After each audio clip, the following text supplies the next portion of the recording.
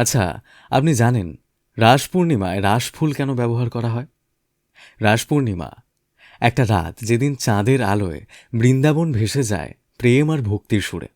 এই দিনে ভগবান শ্রীকৃষ্ণ নাকি অসংখ্য গোপীদের সঙ্গে রাসলীলা করেছিলেন।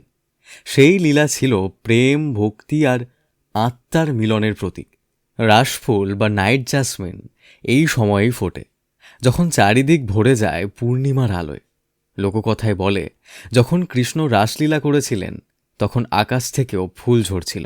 রাসফুল সেই আশীর্বাদেরই প্রতীক, যা প্রেম, পবিত্রতা আর ভক্তির বার্তা বহন করে। তাই রাস পূর্ণিমার রাতে ভক্তরা এই ফুল ব্যবহার করেন পুজোয়, ভগবানের কাছে নিজেদের প্রেম আর ভক্তি নিবেদন করার প্রতীক হিসেবে। রাসফুল শুধু এক ফালি ফুল নয়, এটা এক অনুভূতি, যেখানে প্রেম মিশে যায় ভক্তিতে, যেভাবে রাধা মিশে যান কৃষ্ণে। এই ভিডিওটি যদি আপনারা ইউটিউবে শুনে থাকেন, তাহলে নিচে থাকা সাবস্ক্রাইব বাটনটি ক্লিক করে তার পাশে থাকা বেল আইকনটি অবশ্যই ক্লিক করবেন। আর যদি আপনারা এই ভিডিওটি ফেসবুকে শুনে থাকেন, তাহলে উপরে থাকা ফলো বাটনটি ক্লিক করে আমাদের পাশে থাকবেন।